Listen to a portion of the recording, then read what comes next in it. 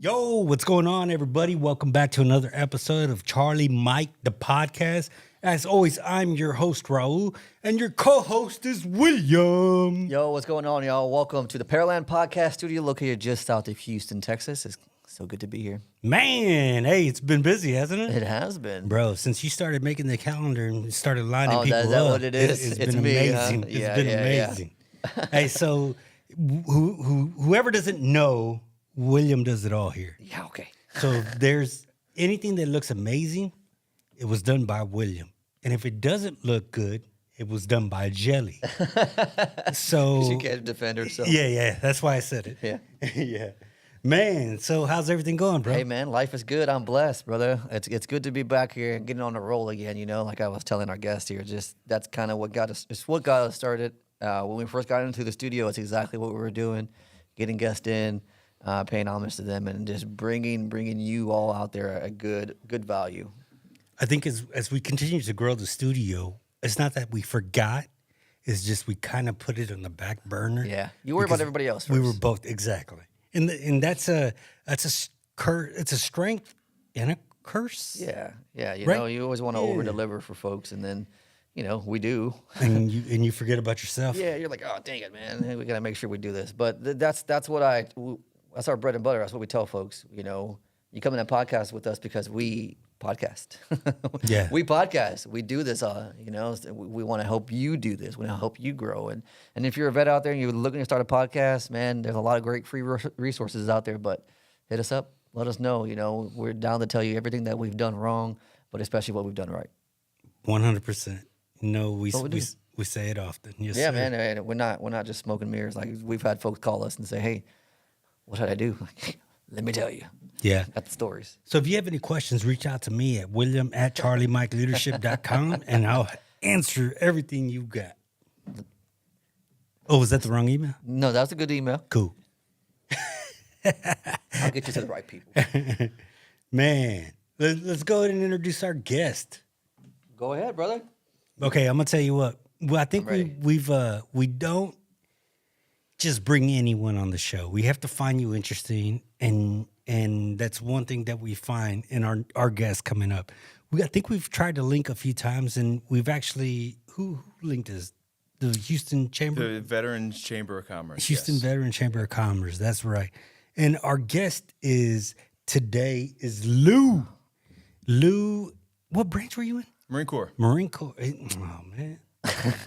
Never mind. We're having That's how technical we're gonna start this party? difficulties. That's how we're going to start this? Okay. All right. Audio's out. No, Lou, and you first popped up on my radar too from the Veterans Chamber, and you weren't even in town at that time, right?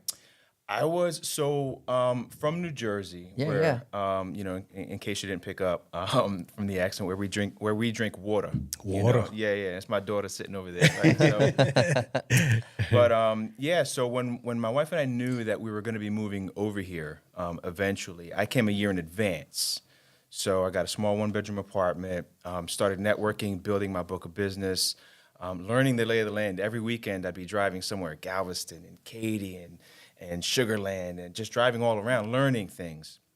And that's when I came across the Chamber and a bunch of other groups, but the Chamber was very obviously different, you know. And that's when I came across the Stash. Yeah. You know, It makes its that guy's appearances. different. That guy's different. Right? Yeah. And then went back home in March of this year. Yeah, all right. Got the house ready to sell, sold it. And in July, man, planted our flag here, permanent Houstonians, brother. That's what's Welcome, up, man. man. Yeah, Yeah, man. welcome. It's a big difference. What made you come out to Houston, man? The firm offered me an opportunity, so I'm not just an advisor for the firm. I'm also VP of Admin Affairs. We had decided years ago. God moved so many parts. I mean, this was not checkers. This was chess. Yeah. You know, when I was 41, I decided to go back to college. Or go to college. I shouldn't say go back. I never Man, you went. don't look right? 41. Yeah, 41. How Oh, old brother, are you, bro? yeah, I'm be 47 in February, man. Damn. Yeah, my baby girl's 19. She's just wrapping up her. What? She's Holy on break from her freshman year in college. Man. Damn. My oldest is 23. He's teaching now. So That's craziness, Yeah, man. wifey and I have been together damn near 30 years, bro. Man, congrats, brother. Yeah. That's Yeah, amazing. we've had a man. run of guests who have been together for quite some time. Yeah, for their yeah. spouse. Man, y'all say 30 years. The last one was 18 years. I'm over here trying to 12 months, bro. Hey, listen, we were there, bro. That's cute. We were there. You know, we were there. But yeah, man. So we knew it wasn't going to be Jersey for us in retirement years. You know, where, don't know, when, God only knows, you know. And then as I wrapped up college and decided I wanted to be a financial advisor, and there's a whole story why I became that and changed. I mean, I left a 15-year career for a Fortune 50 company to start over again, you know. And then I got into a conversation with the owner of the firm, and he says, man, listen, you did everything that you did in a very short time span. And that everything is in just under 2 years, I got my associates in general studies. I got my bachelor's in business management. I got my life insurance licensing and started the process to get my securities licensing to be an advisor. He said, you did all that in 2 years, man. We could really use you here. And I'm like, well, what does that look like? You know, and that was the genesis of it all. I love questions. So yeah, That's man, a good question. Yeah, like what's that look like? You know, in what capacity? Yeah, you know what I mean? That's a will question all day, bro. Yeah, for sure. You know, and we were wide open to it. I mean, we literally, you know, we started looking at this window probably the better part of 3 years ago. You know, we knew she was going to be 18, 19, her freshman year in college. My son would be done doing his thing. We don't need a 4-bedroom house with a big old backyard and a pool anymore. It's just us. Yeah. So to open up a map and say, where do we want to go? What do we want to do? You know, that was it was fun. Yeah. It was really fun. We started young, you know, so for 2 decades, man, every move we made was for and about them. Yeah. And for the first time, it's going to be like, well, what do we want to do? Where do we want to go? You know, and just as we were asking these questions, this opportunity was presenting itself. So we started planning, bro, and 2.5 years later, here we are, man. Here we are. I'm on your podcast. So That's dope. There's that. Man, it is dope. That is dope. I know we so we skipped a little bit about your time in the Marine Corps, man. Tell us a little bit about that. What took you into the service? Why the Marines? Yeah. Why the Marines? Sorry, go ahead. There's a pattern. I see it. I see it, right? Yeah. No, man, I heard they eat crayons there, so I was game. Oh, man. No. So I'd taken the ASFAB in high school. I was in a co-op program, so I would work half the day and then get out, or in school half the day and then get out and go to work and get credits for working. And part of that program was taking the ASFAB. Took that, knocked it out, had no intentions on going to the military. I had a stepfather who I wasn't, we'll just say weren't simpatico, right? And he was all about the Army, and I just wanted no parts of the military. So fast forward, I had a cousin, right? And he and I 4 days apart, like in birth, so like we grew up like twins. Damn. And he barely made it through high school, man, like barely made it. But he made it, right? Yeah. And he calls me up one day, and he lived 2 blocks from me. He says, bro, come over. I said, all right. So I walk over. I'm like, what's going on? He says, I'm leaving next week. I'm like, where you going? He said, I'm going to Marines.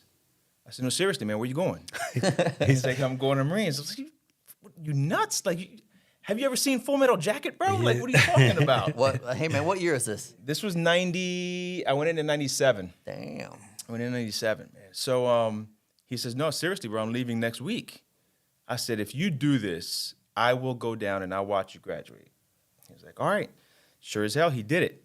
And when I saw him, in no way did I recognize him. I mean, obviously, you know, he'd shed a few pounds, stood up, straight you up. know, Yep. his belt was up, not around his butt, you know what I mean? You know, just I didn't recognize him in any way. And now I was a kid that had drive. Like I was self-motivated. I've always been self-motivated. What I lacked was direction. Mm-hmm.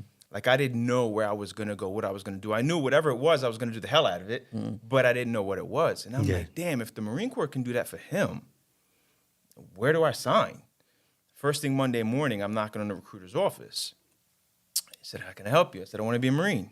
He said, all right, great. You're gonna have to take a test, yada, yada, blah, blah. I said, I think I took that. He said, you took the ASVAB? I said, yeah, I took that. He said, what'd you get? 80 something.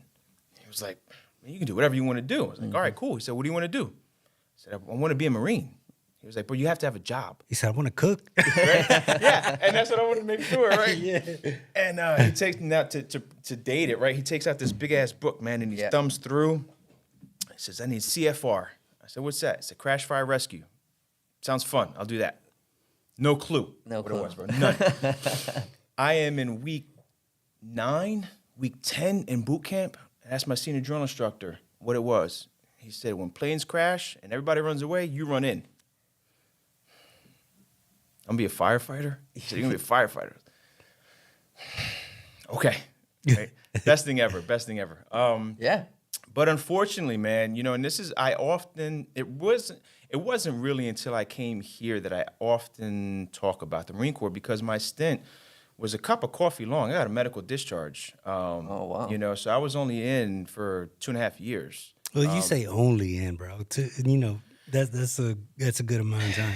Yeah, you know, it was quiet when I was in. The first Gulf War was already over. Yeah. 9/11 hadn't happened yet. You know what I mean? So my unit was on standby during Kosovo.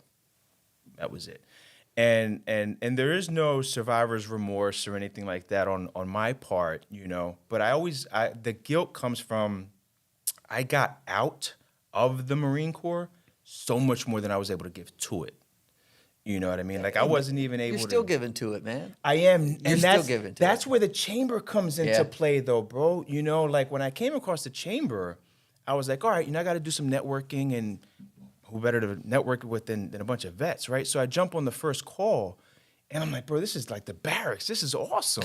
This is cool as hell, right? So, yeah, I mean, I jumped in full bore. And then afterwards, typical Marine, right? I'm in. Now tell me what I'm in for. Yeah. You know? Yeah.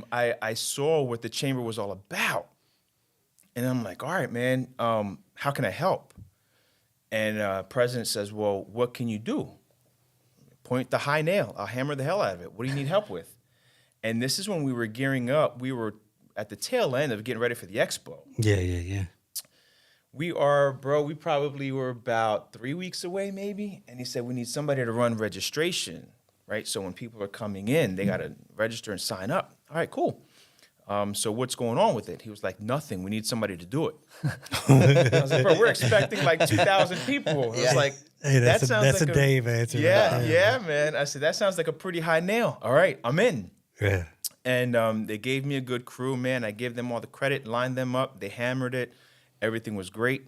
And then they approached me afterwards, said, listen, you know, you're super engaging with everybody, man. How would you like to be the director of membership? Sign me up. He was like, all right, well, let's talk about the job description. I'm like, you can talk about it on the way, man. But, you know, what's my first gig, you know? And so, yeah, I've been at that for, I don't know, maybe 3 weeks, a month max. That's dope. I think it's very, I mean, coming off of the last episode too, I see that, you know, we see that a lot with vets, especially because we were talking about with Hector about pre 9/11 vets and like the dead period, and how sometimes I feel like my service wasn't enough, you know. And it's funny because I know you and I feel the same way sometimes. Yeah, 100%. You know, and folks will look at us like, well, but yeah, but you're combat veterans. Like, it doesn't matter. Like, I look at World War II vets like, man, I didn't do enough. Yeah. Like, I could have given back more to the military, and we're both medically discharged. Okay. You know, and I was at 13 years, and he's at 10, and it still feels like there was something that was left incomplete. And so there's probably something to that, you know, those who have been medically discharged, where it's like, if you feel like you haven't given enough, like there's somewhere or an organization that could use you to finish that. Yeah, that. Oh no, I'm sorry. No, and you found it with the chamber. Yeah, Oh, for and sure. that's one thing I wanted to tell you, man. Is don't discredit your service, bro. You did 2.5 years. That's a lot of time. There's people out there saying like, I would have, but I would have knocked him out. You know what I'm saying? So, I would have punched that drill sergeant in the face. Yeah. No, I've gone back and forth with many a service member, man. John Cackles. That's a good dude. You know, man. yeah, for He's sure, all right. bro. I said what I said. Sticking to it, He's man. one of my favorites, man. Yeah, man. I mean, and he proved point after point, valid point. I'm like, yeah, you know, it's still 49% no, or 49% yes, and 51% no. And the 51% no is the fact that it's my feelings, man. You can't tell me my feelings are wrong. So I don't care how right you are, right? I'm 51%, and that conversation stems from, he's like, so, what's your percentage? I don't have one, don't want one, not getting one. He's like, why? You're entitled. I came out whole. My medical discharge had nothing to do with the Marine Corps. I have a hard time taking anything else from. And I understand it's not that I'm not taking from anyone else's plate if I claim my bennies. I get it. I just don't, I don't feel in my heart like I justified rating it, That's interesting, man. And I think that is exactly why we have these conversations, because someone out there feels exactly the way you do. We know, we know that more than likely there's a vet. When we've talked to them, there's a few vets out there that feel the same way. If I had, if anything would have happened in the Corps if my issues were related to the Marine Corps in any capacity, okay, that's a different conversation. A lot of my brothers have, we all know, some of the baggage. My brother-in-law did 3 tours in the sand. Took him a few years to get back to his normal. Up here, still physically has issues, right? I'm in every capacity, physically, mentally, spiritually, emotionally, I'm whole. I just don't feel the need. Interesting. That's one thing I noticed about you. Even in your bio, you didn't mention anything about the Marine Corps. Yeah. I know. I was looking it over. Yeah. So that's different. Most Marines you meet, that's the first thing they say before they say their name. Yeah. You know what I mean? I'm a Marine. Oh, by the name, my name is Jeff. Yeah. It's just, It's almost like it matters more. Yeah. Right? Yeah. It is. Yeah. It does. Right. Because it's what I am. Right. Yeah. So yeah. Anything more than 10% discount at Lowe's, man. It's like I just got a hard time taking. All right, I'll take your cool parking spot. Appreciate you. I'm good with that. But the chamber, man, the chamber is my way of putting my thumb on the scale and balancing that out now. Helping veteran-owned businesses get that spotlight on them. Now I'm helping you succeed, making your bread and butter, feeding your family, growing your business by way of the military. Because I served a little, I'm in. Now that makes me kind of feel more complete. Let's put a little pin in that, because I love talking about the chamber, and we both do. I'm curious, how was that transition out? Because you did say you got out, you had a medical discharge. Yes. So how does that transition out, especially at that time frame? And what have you found has helped you? We always say that we haven't fully transitioned yet. We're continuing. It's a process even now. So how did that go for you? Yeah, I didn't have a plan B. Right. So fortunately for me, I lived in South Jersey. So I was half an hour away from the casino. So finding work was easy for me. I'd get a job the next day in the casinos. And I did. Casino hopped, paying the bills. My son was just born. You know what I mean? Just recently married. I needed a paycheck. Right. So the grind was there. I got stuck in that, though. Right. I just got stuck in the gotta make it. Okay, cool. Made it to this week. Okay, gotta make it this week. And I was stuck in that mindset, man, to just grind. And, there's something I wish I knew how or why it happens, but we all do it. We all forget the number one lesson that's ingrained in us day one in boot camp. And that's goddamn teamwork. Yeah. Mm-hmm. Bro, we get out. I got this. I'm good. Where's all this I coming from? They literally beat the I out of you. Where's all this I coming from? Where's all this me? Right? And I was just stuck in that mindset forever and didn't realize it. Really, people say you go through a midlife crisis, right? I went through a midlife awakening, bro. It's very difficult. Sent me into a little bit of a tailspin. for the better part of a year. And at that point in time, man, that at 40, 41, that was the first time I had a conversation with God. I had no connection at all. I said, man, I'm in a good place, right? Like I'm making a decent dollar in my career. I'm healthy, beautiful, healthy wife, 2 great kids. I'm surrounded by people who love me. If this is all because of you, first and foremost, thank you, appreciate you, but second, man, show me. And it goes to show my ignorance, right? Like imagine going to your parent or whoever raised you and be like, hey, man, these clothes and this roof over my head, did you do this? Prove it.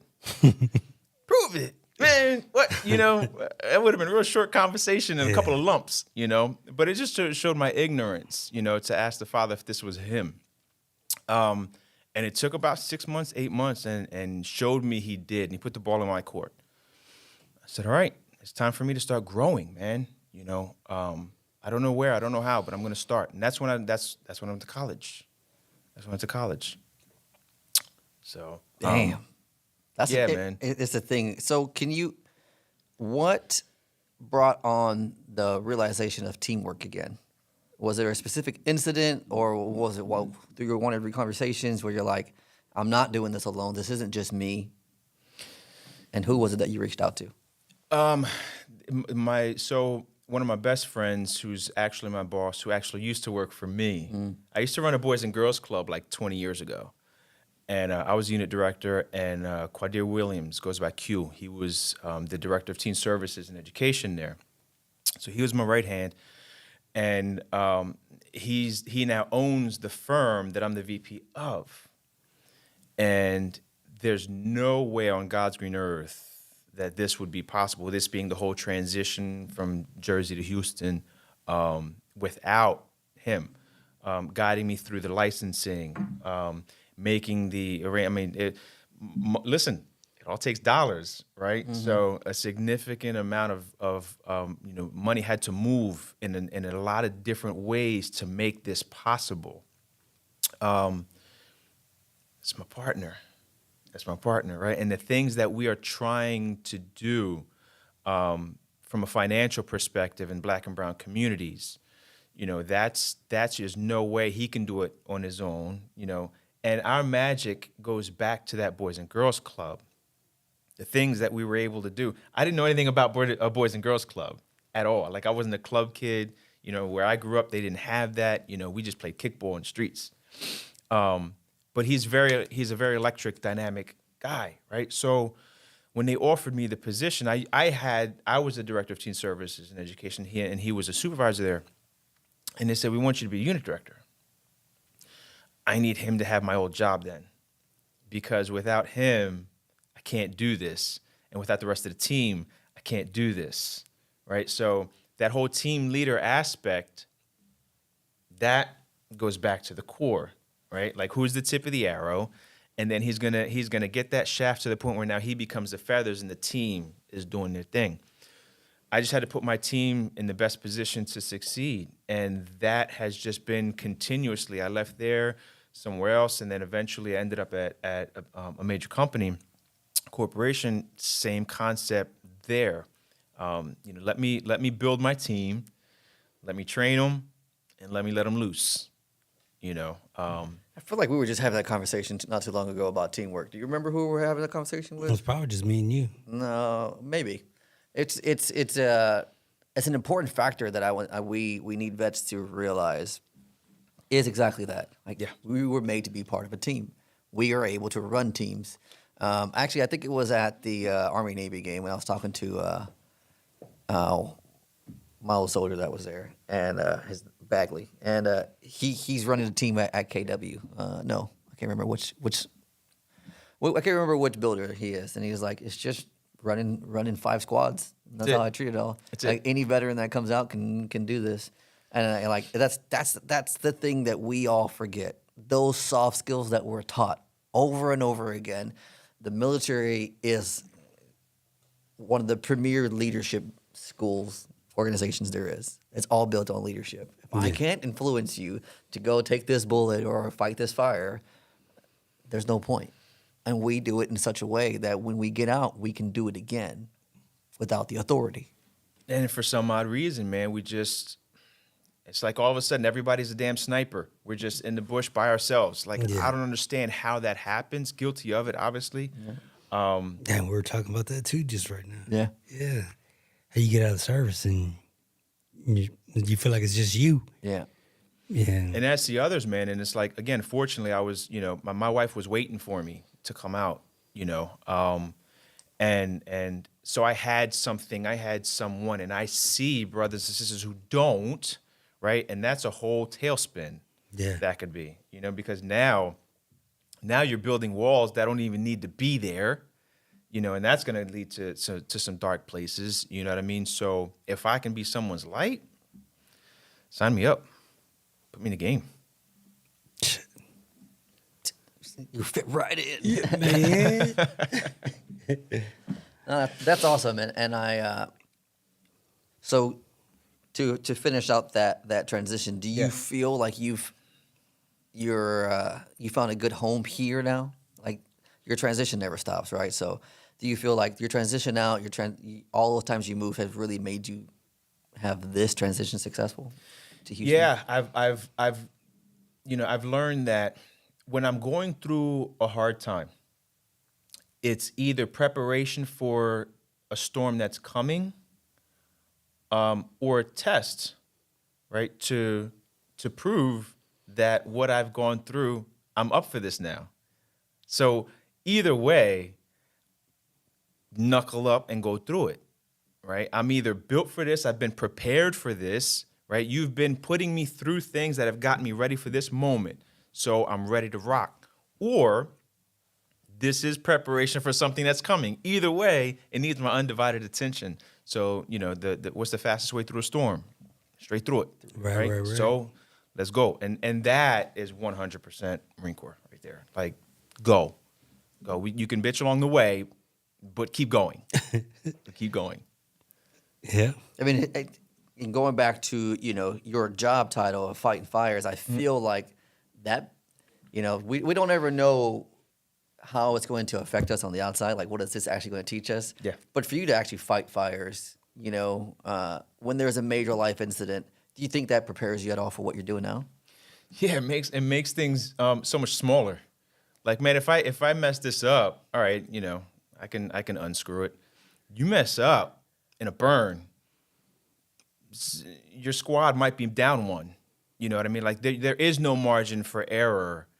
Everyone has to function A1, like, period. There is no margin for error there, man. You could literally not come out. No oversights, right? So when you come out into the civilian world, and obviously situation dictates, right? But like, I'm in a financial space right now. A mistake can cause someone to lose some money, right? But I'm part of a team. So it's not, there are several eyes on this, right? So it doesn't really happen, but if it does, it's cool. We can make the money back up. Period. The end. You're not going to die. I'm not going to die. Mm-hmm. You know what I mean? And that mindset, man, when my son was a baby, I was working, Christ, if I worked 12 hours in a boatyard, it was a short shift, and that was 6 days a week. Nothing compared to being, in a hole in the ground that I dug in North Carolina, you know what I mean, in December, sleeping behind the damn bush, in a 3-day simulated war when we were combat training. Like, I got frostbite, first-degree frostbite on my damn toes. You know what I mean? I still can't feel half my big toe. You know what I mean? There's nothing, man. Give me some wires. I'll pull some more wires, whatever. Yeah. You know what I mean? Just let me get something to eat, man. I'll keep hammering. Yeah. Everything after that, man, just became, especially if you're talking about from a physical perspective, like, it's mind over matter. And if you don't mind, shit just don't matter. Mm-hmm. So keep going. It's like doing the hard stuff, the more hard stuff you do, the easier it gets. Yeah. That's why cold therapy is so important right now. People are just, you push yourself to do the hard things. After that, it's easy. Yeah. So we're gonna We're gonna put one here in the office. Man, I'm down to do that. Man, who were we talking to recently talking about doing a cold therapy session? Oh, it was Proximity Boys. Proximity. Yeah. Hey, for real, that'd be good stuff, man. Cold and hot therapy. It happens. I was kidding, but whatever. Clearly, he's not, right? Yeah. No, man, bro, as cold as you keep it here, you'll be fine. It's different though. I don't like my showers cold, bro. I like my showers hot. You know what I'm saying? When we're outside, I don't care. I don't know about God, you gotta do the hard stuff. See, that's the problem. You don't do enough hard things. I can't do that whole hot shower thing, man. Nah. No? Oh man. What? I mean, my wife comes out the shower like her skin is Yeah. red. Yeah. That's me. Like, she's like, come on in. It's like playing Oh, double. nah, it's nah. like See double that? Dutch, right? Yeah. Oh no, It's like you're, that's a different one. Like if we don't got 2 shower heads, I ain't joining you. You know what I I'm saying? miss that, man. So Yeah. when I renovated my house in Jersey, she mentioned that. She was like, can you do 2 shower heads? And I was like, the wall's going to be gutted open. I'll do whatever you want. Mm-hmm. Best thing ever. Oh my God. Like I was like, this is what I've been missing out on my whole, oh my, this is nuts. Oh, it was insane, man. It was insane. I'll never take another shower again. New goal unlocked. I gotta get that double shower Two head shower now. head. Game Yeah. changer. Yeah, let me it tell definitely you. is, bro. Game changer. Yep. For sure. I'm rethinking my whole Yeah, man. Hey, did you get that wink? Yeah. Yeah, this town's been great to me, man. I mean, Where about you staying at? I'm up in Spring. Oh shit. Yeah, bit of a hike to come here, man. Yeah, man. We appreciate you coming. As down, do man. I, bro. When I got that message, I was like, yes, I made it to the big time. Man, Yeah, I tell good, you, man. People that we have on the show, like I said, man, we got to have some kind of interest in you, and me and William talked about you a couple of times offline. I was like, man, who the fuck is this guy? That's exactly right. You're like, yeah. I don't know, man. But Hey, yeah, I thought we were older than you, so it was like, who the fuck is this kid, bro? Oh, you know what I'm man. saying? That's funny, man. That's Yeah. funny, man. Yeah, nah, I was I've been outside, man. The whole first year that I was here, man, I was just north of I-10, I was there from Katy to Galveston, bro, and as far north as Conroe. Did you learn it? Yeah, a lot of it. A Bro, lot of it. I'm born A lot here. of it. I still use GPS to go to the other side Oh, of town. I will forever use GPS. I mean, just for traffic purposes, right? Like it'd be a whole red line, and then it'd find a shorter route, and some roads I never heard of through some neighborhood, tossing and turning left and right. All right, cool. Save 10 minutes, man, because that's traffic is a monster. I still GPS from here to the VA. Yeah. I know where it's at. I just do it. I know I'm gonna get what is it? Express lane. Express lane, Yeah, that it's just Holcomb one exit. shot all the way, bro. Yeah, man. Yeah. But I wouldn't. I stay in this city, man. I stay in Pearland. Yeah. Only time I actually leave to the Houston area would be for a restaurant or two, or a sporting event. Gotcha. Other than I don't even go see my family, man. Yo, y'all want to see me? Come to You know where I'm Pearland. at. You know where I'm at. Come You know to where I'm at. Pearland. I like it down here, man. It's nice down here. Yeah. It's cool. Yeah, no, my office is in Sawyer Heights, so Okay.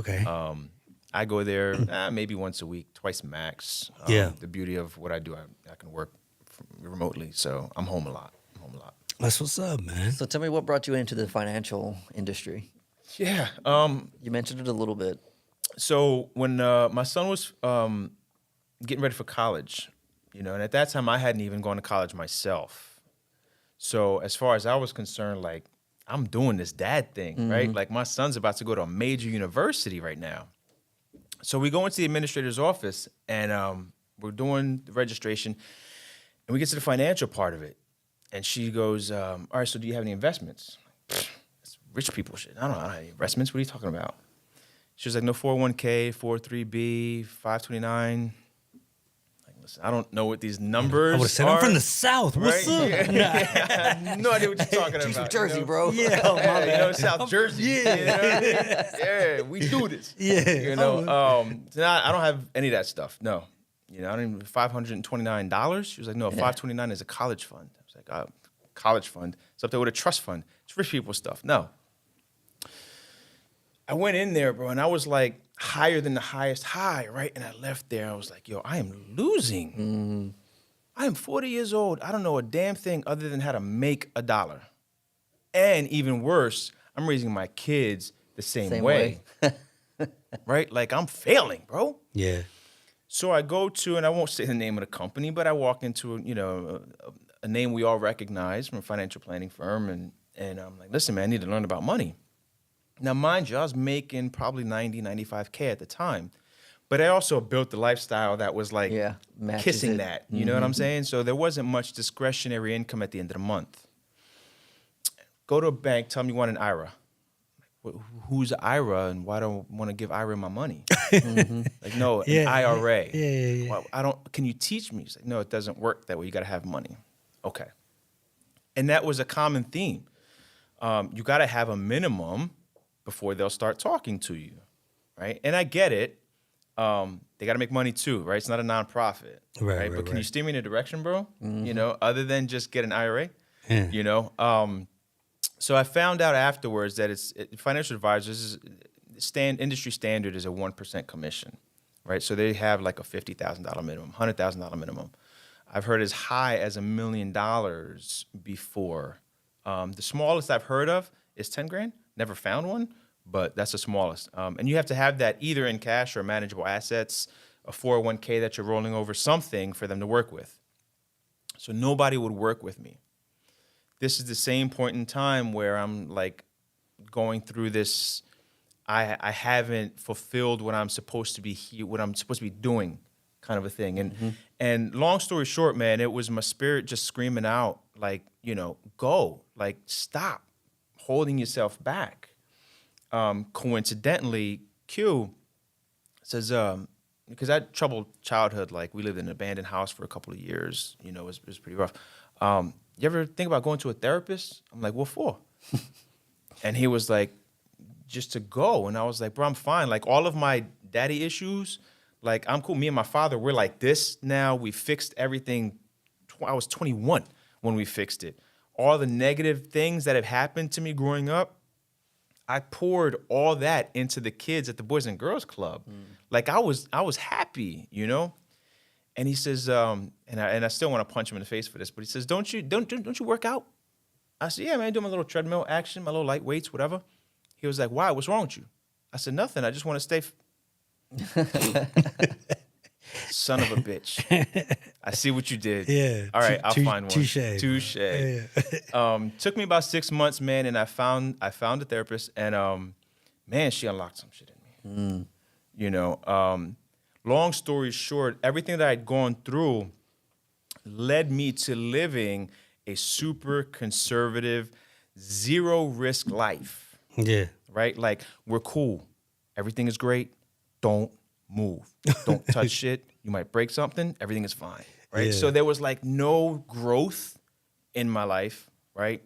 Again, happy with the kids and the wife. And I mean, shit, how many people want to be married for 20 years, right? And have stable, come home to stability every day. Like people die for that. And I understood that and I appreciated that. And I was content with that. Like I said, I've peaked. I'm 40. I made it, because I broke every cycle that I'd been raised with. You know what I mean? And when she said that, it's like, you're holding yourself back. And I'm like, that's what's screaming in me. I have all this untapped potential. What can I do? Let me ramp this college thing up. They told my academic advisor said the average duration to get the associate's degree in the program that I was in was 2.5 years. I said, all right, I'm going to do it in 2. I did it in 10.5 months. Bachelor's degree, she says, averages about 3 years. I did that in 10 months. Shit. So, and I've since then, really, for the past few years, it's really strange, but I'm not operating on goals, which is so counterproductive of it's against everything I do as a financial advisor, right? But context is everything, man. So I'm trying to find what my limits are because I've been setting goals my whole life and hitting them. It's telling me I'm setting goals that are too damn low. That's ironic. Right? Yeah. Like I'm not the shit, bro. Like I'm not that great, right? To where it's like everything I do. No, like my goals are just too low. So what am I capable of? How far can I go? How many people can I impact? How many souls can I shine some light on? Once I kind of get a vibe of where I'm at, I'm like, all right, to the 10th power, that's going to be my goal now. That's going to be my stretch goal, right? We'll put an exponent on that. But right now, I use the analogy, man. I do a lot of public speaking, and I use the analogy of you can get into a car on an open track, right? And you can say, all right, I want to do 200 miles an hour in this thing, right? That's what Indy cars can do. That's what I want to do. I want to see how fast it can go, period. That's my goal. I want to redline this thing. How fast can it go? Then my limit, that whatever's past that, that's going to be my goal. So right now, I'm just kind of digging to see how far I can go.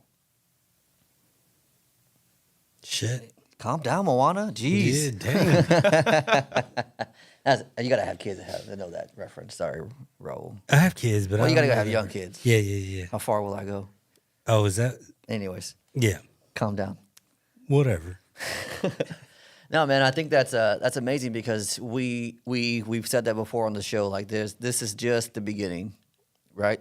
And then this is for and I love this because one of the things that we're so passionate about is like, man, veterans come in all shapes and sizes and ages, Yeah. and we're always transitioning and trying to get better. And you help depict that for us because everybody gets a taste of Raul and I all the time. But to see someone from the outside, pre 9/11, coming from the north side of town, the north side of the states, picking up and moving and changing and saying, like, it was 41 when I went to go see a therapist, and I didn't start going to college until I was in my 40s. Like, and to see where you've come and go now, like, that's the example that we want to share.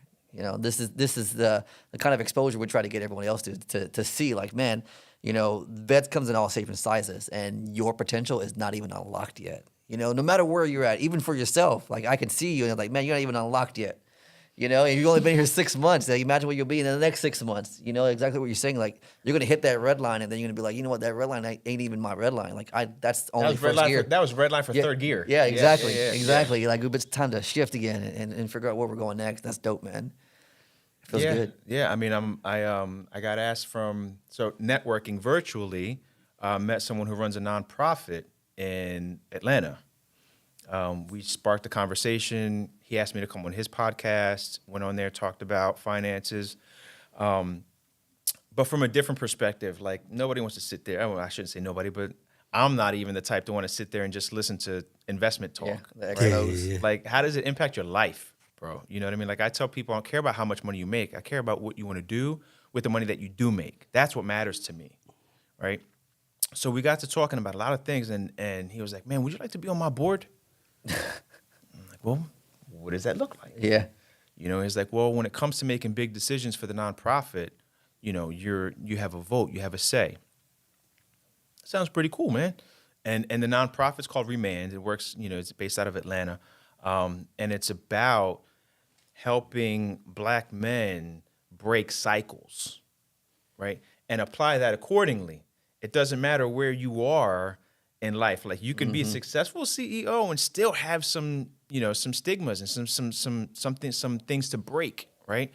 Or you could be young and up and coming. You can be right now. We're looking into helping men transition from the prison system, Yeah. right? And what does that look like? That's dope, man. That's So I do, commendable. we're doing. Thank you, brother. I do work with there. I do a lot of work up in the Cleveland prison with the prison entrepreneurship program. These are guys that I made a mistake when I was 28. My daughter, my wife was on bed rest with my daughter, and had my first brush with the law. Did a lot of dumb shit growing up, like we all did, but never had the right to remain silent. Bro, you're looking at the definition over here. Hey, man. So that was my first brush, man. And a detective said, "Listen to me, man. If you listen to me and you do what I tell you, you'll be just fine." And young and stupid, I ain't no snitch, bro. And it's like, no, it's not that. I just need you to own it. And I lost that.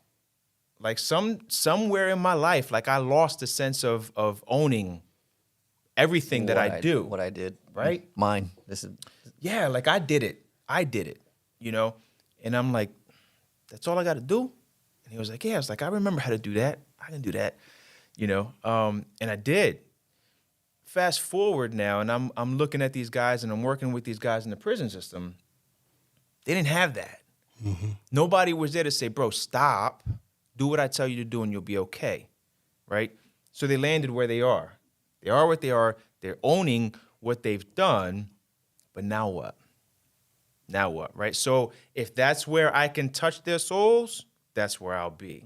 So I do a lot of work in that space, in the prison system. Man, Man. It's dope because you got to control what you can control. it is. Yeah, man. you've done what you've done, right? The gavel came down, Yeah.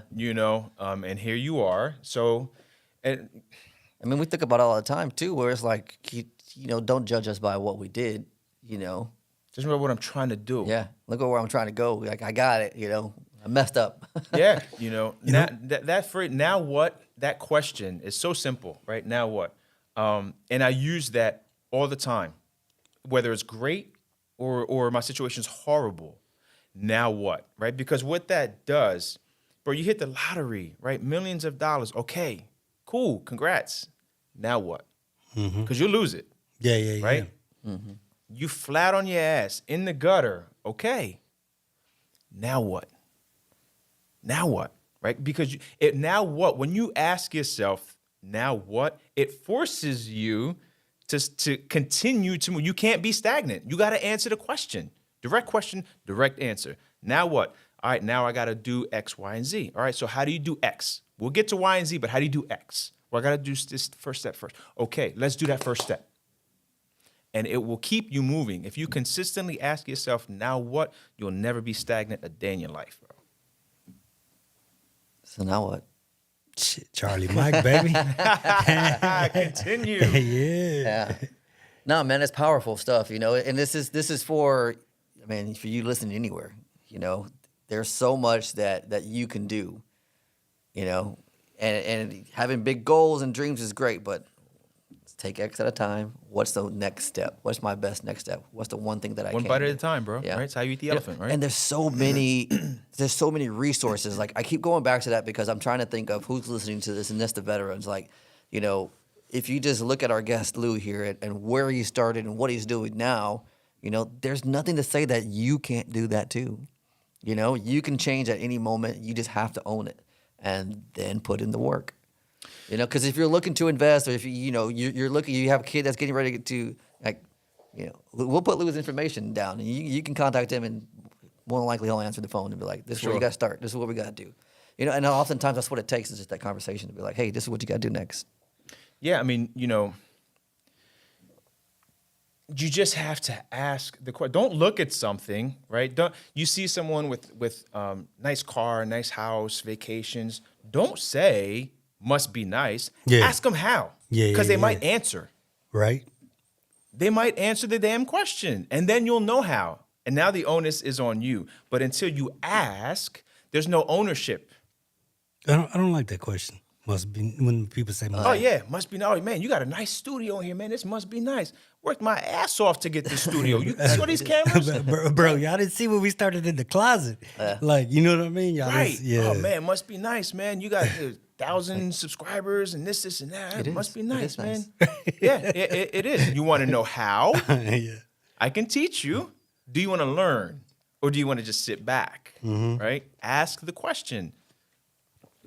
That's all. Nah, that's real. Man, I want to tell you, man, like the fact that you said, you work with the prisons and things like that, it speaks a lot about you as a person, because I think we've all, I've struggled with addiction, and I'm on a board for addiction recovery now. Oh, man. You know what I mean? So it's it's something I truly believe. It's not, people judge you a lot of times on your mistakes. Yeah. And, not your, I don't know, man. I don't know what I'm trying to say. But props. Ditto. Keep going, bro. man. Ditto. Keep going, bro. I think you're on there. It's about, it's not just your mistakes or the addictions that you dealt with. It's like, well, what have I overcome? Everybody's dealt with a different path. Everybody's dealt with some type of privilege one way or another. You know, I mean, folks look at us as vets and they're like, "Oh yeah, it must be nice." You're like, dude, the recruiter's office is open to everybody. Yeah. You know what I mean? You could have joined, at any moment. Yeah. And to bring it back to Lewis, like, I did notice that too, that you didn't put you're a vet, but I mean, you are part of the Veterans Chamber of Commerce, and it's like that. Those little decisions are paying off now, and that's what I've seen too when it comes to being a vet. Like, and Raul hit on it, like more than just a veteran. Like I love that more than a vet, but to still identify as that vet because it is, and what shaped me to be who I am now. But I encourage you to keep going, man. I think you were really onto something. I know sometimes the words escape you, bro. I was just about to say that's what it is. It's you can see it, right? And what I explain to my clients is you don't have a goal until you have a game plan. Yeah. Right? Before then, it's a hope, it's a wish, it's a dream, it's an aspiration. You can see it clear as day. Whatever your purpose is, whatever your objective is, everything that you went through, it's for a reason, right? Probably for a myriad of reasons. But where you are right now is when you're going to draw on all of that. Yeah. Right? You just got to visualize that path, bro. And a path is made up of what? Objectives, right? There's more than one rung on the ladder. No roofer jumps from the ground to the roof, right? Just got to see those rungs and get to that final objective. And then once you get there, you're going to say, oh, damn, this is a 2-story house. All right, now what? Right? That's how hopes and wishes and dreams become reality, by a series of objectives that make them actual, attainable, measurable goals. That's all it is, bro. That's all it is. Dang. Now what?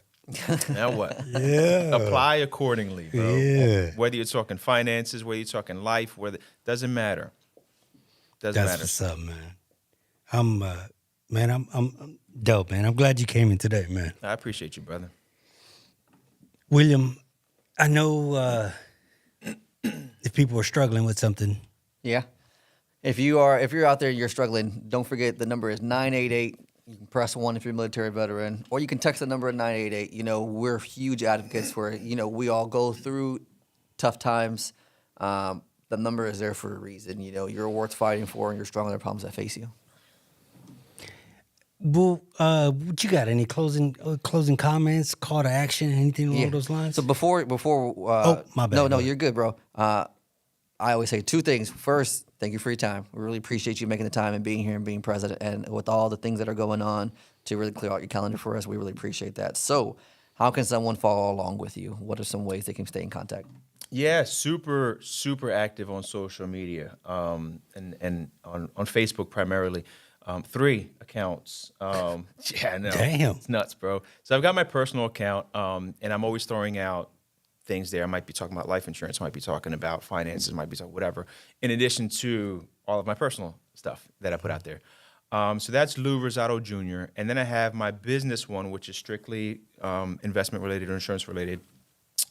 That's my government name, Louis Rosado Jr., Luis. And then I also own a virtual tax and bookkeeping business. So I have that one that's called Altruist Taxes and More. So I got 3 pages. Yeah. Dope, man.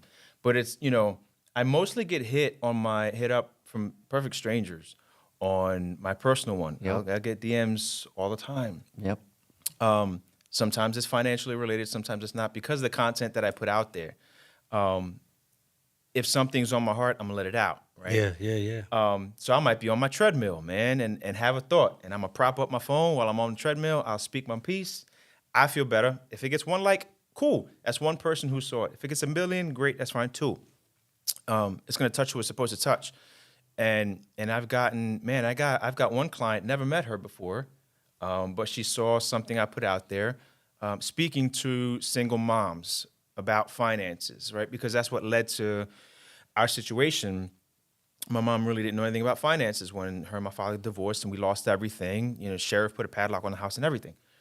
So I made a quick video, spoke to that. A single mom teacher out in Denver hits me up. Can you help? I was like, we can have a conversation. What's going on? And she asked the question, right? And yeah, we were able, I was able to do something for her to at least get her in a direction and help guide her in a way that no one did for my mom. Mm-hmm. Single moms kind of, when it comes to my clients, single moms hold a very, very special place for me. As they should. Yeah, man. It's like, man, listen, I might make a buck, literally a buck. That's fine, right? Because as far as I'm concerned, I operate with 2 bank accounts, bro. One to pay the bills and one's a spiritual bank account. And I got to deposit into both of those equally. Damn. Or I'm not living right. Yeah. You know what I mean? Because don't get me wrong, all the good deeds in the world I can do at the end of the month, Comcast still wants their money, Yeah. right? Or I'm not gonna have my internet, right? Yeah, So I got bills to pay too. But yeah, like there are things that I'm supposed to be doing, half of which I don't even know yet. The other half I probably won't even see. Like some of my goals, I know for a fact I'm not going to be around to see.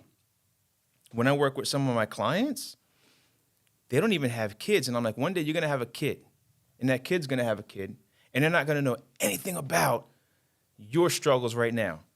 Like right now, we're literally pinching pennies to start an IRA. Start. They're going to be born with one. Mm-hmm. They're going to have 529.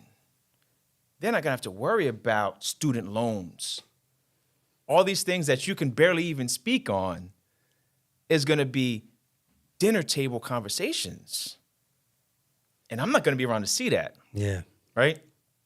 Like I've accepted the fact that some of those goals, I know I'm not going to be here, but I also know I'm going to hit them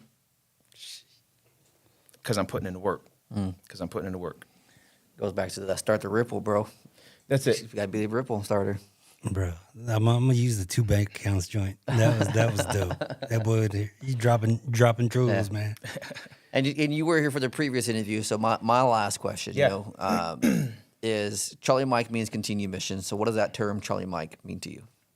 Yeah, man, and again, context is everything. So what I've gone through, what I'm where I am, and for the short window that we're all here, we're one grain of sand on an endless beach, bro. This millions of billions of years old. You know what I mean? We're here for what 80 in a good life, right? It's nothing. Continuing that mission for me